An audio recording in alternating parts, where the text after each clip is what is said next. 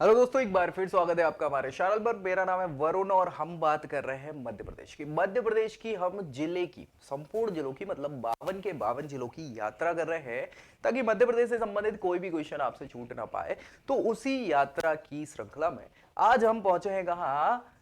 महाकाल की नगरी। महाकाल की नगरी उज्जैन में स्वागत है भैया आपका। और आज हम पूरी उज्जैन जिले की यात्रा करेंगे। क्या क्या क्वेश्चन बनते हैं, क्या क्या प्रमुख तथ्य हैं, सारी चीजों को उज्जैन से रिलेटेड हम यहाँ इस वीडियो में आपको लेके आए हैं। करना क्या है, आपको ये करना है कि भाई इस वीडियो को अपने दोस्तों तक जरूर पहुंचा दें और चैनल को सब्सक्राइब करना है ताकि आपको सारी छोटी बड़ी जानकारी मध्य प्रदेश से संबंधित उनसे एग्जाम्स जो भी आते हैं मध्य प्रदेश के एग्जाम में, मध्य प्रदेश से संबंधित हर एक जानकारी आपको यहाँ मिल जाएगी। तो चलिए स्टार्ट कर लेते हैं उज्जैन के बारे में।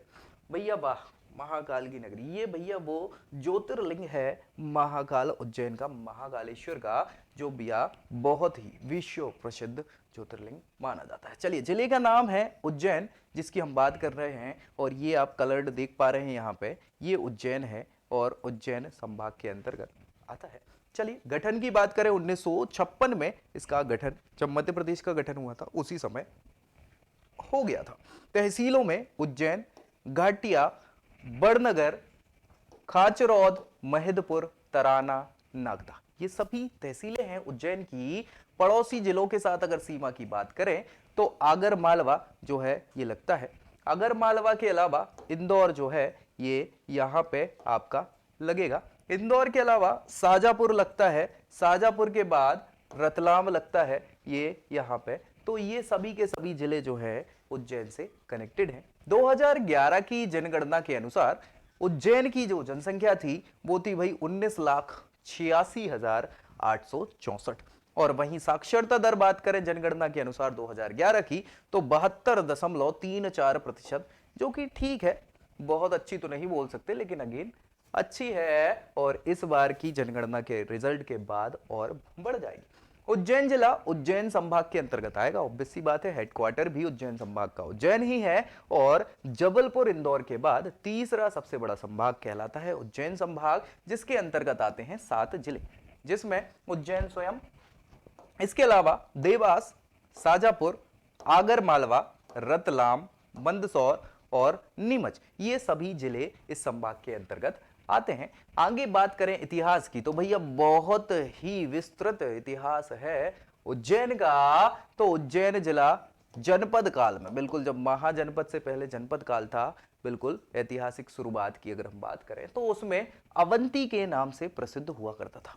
किससे? अवंती जनपद के नाम से जाना जाता था, फिर अवंती महाजनपद बना, है ना। सो बहुत इंपॉर्टेंट है, पौराणिक कथाओं का भी यहां पर भंडार लगा हुआ है। ऐसा कहा जाता है कि उज्जैन के ऋषि हुआ करते थे संदीपनी ऋषि, जिनका आश्रम भी उज्जैन में है। ये क्वेश्चन पूछा जाता है, यहां पर भगवान श्री कृष्ण ने शिक्षा ली थी। तो भैया ये तो देख लो, कहानी परंपराओं की बात करें तो 7 तहसीलें हैं उज्जैन, घाटिया, बड़नगर, खाचरौद, महिदपुर, तराना और नागदा, ये सभी आपकी क्या है, तहसीलें हैं उज्जैन के अंतर्गत। नागदा पे भी हमें डिस्कस करना है सारी चीजों पे। क्षेत्रफल की बात करें तो 6091 वर्ग किलोमीटर का टोटल क्षेत्रफल किसका है? उज्जैन जिले का, जो 26वें नंबर का मध्य प्रदेश का जिला है क्षेत्रफल की दृष्टि से। बहुत अच्छी बात है। मिट्टी और कृषि पशुपालन की बात करें तो मालवा रीजन पे बिलोंग करता है, मालवा के पठार के अंतर्गत आता है। काली मिट्टी का क्षेत्र है, काली मिट्टी में लोहा और चूना प्रमुखतया पाए जाते हैं, कलर काला हो जाता है, जल धारण करने की क्षमता ज्यादा होती है। कपास की खेती के लिए ये अति उच्च मिट्टी कहलाती है। उज्जैन जिला काली मिट्टी वाला क्षेत्र है और कपास के लिए सबसे अधिक उपयुक्त मानी जाती है काली मिट्टी। कृषि में बात करें तो मुख्य रूप से यहां पर उज्जैन में गेहूं, चना, सोयाबीन की फसल जो है उगाई जाती है। इसके अलावा जिले में लगभग 4.22 लाख हेक्टेयर भूमि पर खेती की जा रही है, तो अच्छा खासा क्षेत्रफल है खेती का।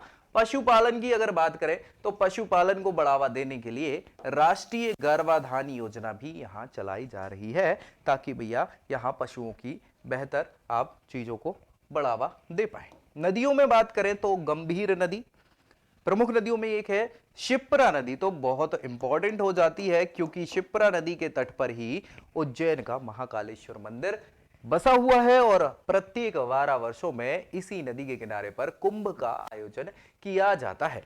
क्षिप्रा नदी काकरी बरडी नामक पहाड़ी से निकलती है। इसका उद्गम क्या है? काकरी बरडी, और 196 किलोमीटर की लंबाई इस नदी की स्थित है। उज्जैन देवास जिलों में भी बहते हुए यह नदी चंबल नदी की सहायक नदी हो जाती है। मंदसौर में चंबल से मिल जाती है। कौन? शिप्रा नदी।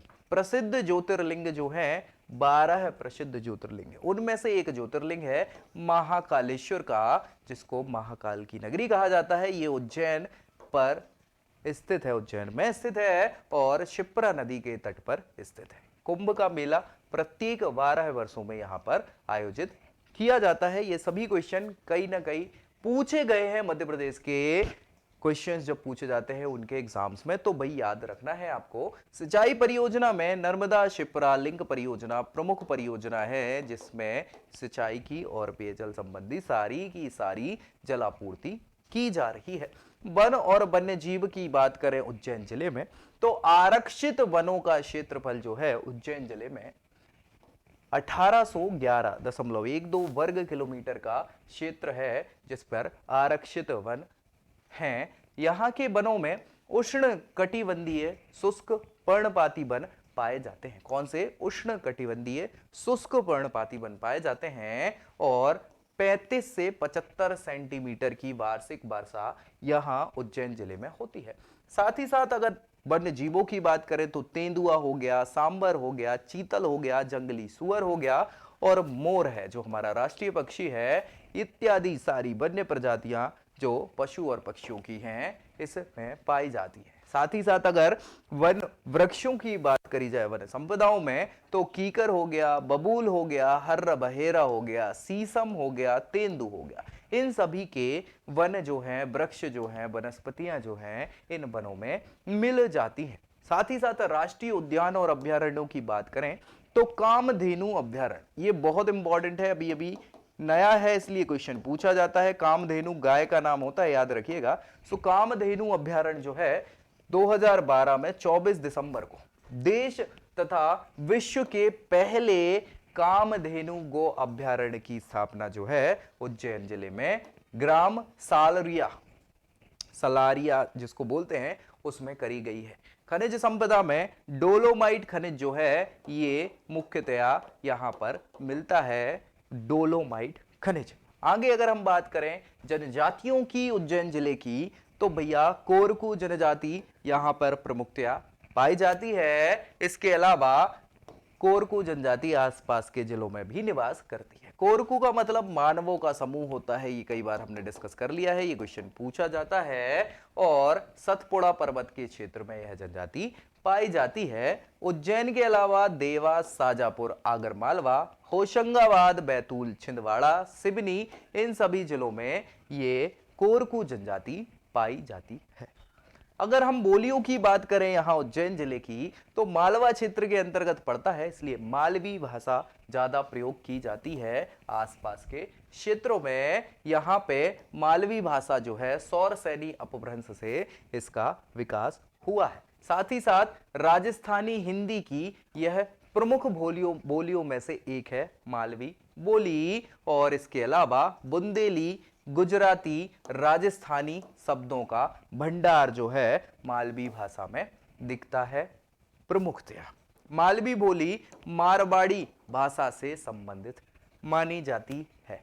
चलिए आगे बात करें पर्यटन स्थलों की, तो भैया इसको तो भूला नहीं जा सकता, ज्योतिर्लिंग है, महाकालेश्वर का मंदिर है, ये बहुत इंपॉर्टेंट है। इसी के अलावा काल भैरव का मंदिर है। भाई काल भैरव साहब को जो है शराब अर्पित करी जाती है, हम डिस्कस करेंगे आगे इस पे। वेधशाला है भैया जयसिंह सभाई, राजा जयसिंह के द्वारा बनवाई गई वेधशालाएं हैं, 5 हैं टोटल, जिसमें से एक उज्जैन में भी है। हर सिद्धि माता का मंदिर भी है यहाँ पे।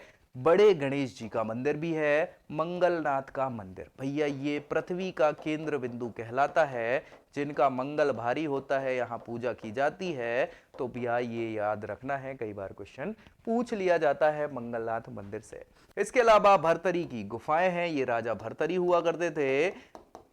लड़की का चक्कर बाबू भाई ऐसा बोला जाता है। फिर इन्होंने क्या है, बिल्कुल संन्यास ले लिया और तपस्या करी वहीं गुफाओं में, जिनको भरतरी की गुफाओं के नाम से जाना जाता है। जंतर मंतर वेधशाला वही है। इसके अलावा दुर्गादास की छतरी है। संदीपनी ऋषि का आश्रम है, जहां पर श्री कृष्ण ने भी भैया शिक्षा ग्रहण करी थी। तो ये क्वेश्चन भी कई बार पूछा जाता है। 24 खंबा मंदिर भी है, गोपाल मंदिर भी है। इसके अलावा बेगम का रोजा, बोहरों का रोजा, गढ़कालिका का मंदिर, नगर कोट की रानी का, कालिदास की एकेडमी भी है। यहाँ पे ये पूछा जाता है, कालिदास एकेडमी बहुत इंपॉर्टेंट है। इस पे सारी एकेडमीज पे अलग से वीडियो आपको मिल जाएगा, बिल्कुल बेफिक्र रहिए।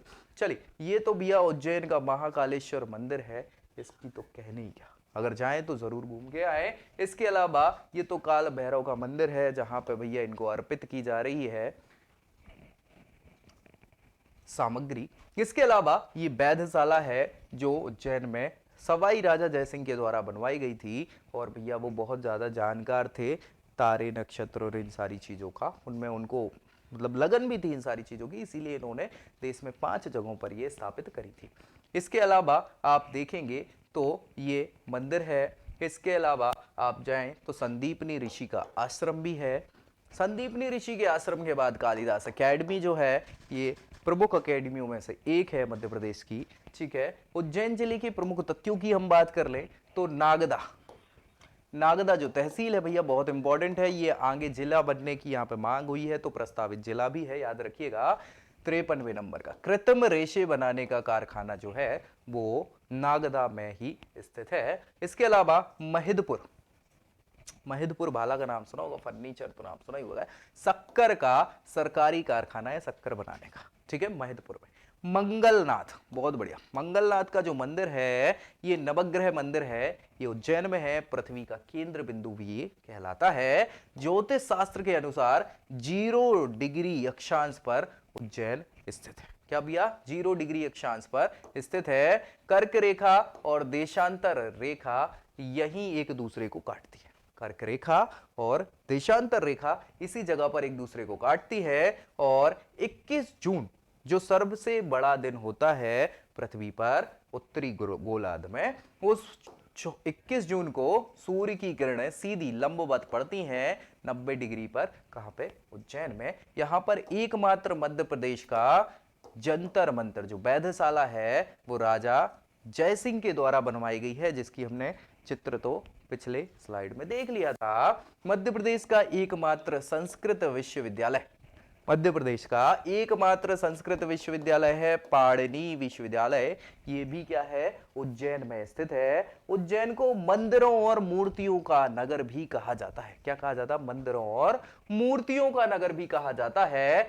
एशिया का सबसे बड़ा सोयाबीन संयंत्र या संस्थान जो है ये भी उज्जैन में स्थित है। ये क्वेश्चन कई बार पूछा गया है, सोयाबीन संयंत्र कहाँ है, उज्जैन में है, इसको याद रखना है। एशिया का सबसे बड़ा है ये। उज्जैन में सबसे पहले शून्य का प्रयोग करने वाले गणितज्ञ जो है ब्रह्मगुप्त के द्वारा, क्या नाम है, ब्रह्मगुप्त के द्वारा इन्होंने ही गुरुत्वाकर्षण का नियम भी दिया था। तो ये भैया ब्रह्मगुप्त यहीं से संबंधित हैं। नवग्रह मंदिर जो है उज्जैन का, जिसे मंगलनाथ मंदिर भी कहा जाता है, एक बार खुलता है साल में। ये भी बहुत इंपॉर्टेंट बात है, इसलिए भंवर भीड़ होती है उस एक दिन में। नाग नागेश्वर का मंदिर यहां भी एक बार साल में नाग पंचमी के दिन यह मंदिर खुलता है। सिंधिया शोध संस्थान, सिंधिया शोध संस्थान और विक्रमशिला विश्वविद्यालय नहीं है, ये विक्रम विश्वविद्यालय है, यहां पर स्थित है। तो ये भी कई बार पूछे गए क्वेश्चन है, इसलिए आपको याद रखना है।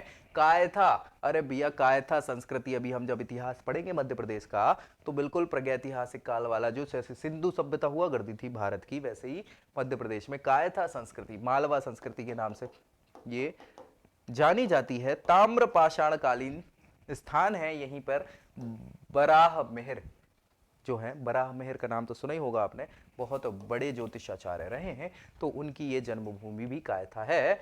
रुड़ीजा तेजा जी का मेला ये उज्जैन में प्रत्येक वर्ष भरता है। उज्जैन मंदिरों और मेलों के शहर के नाम से भी प्रसिद्ध है भाई।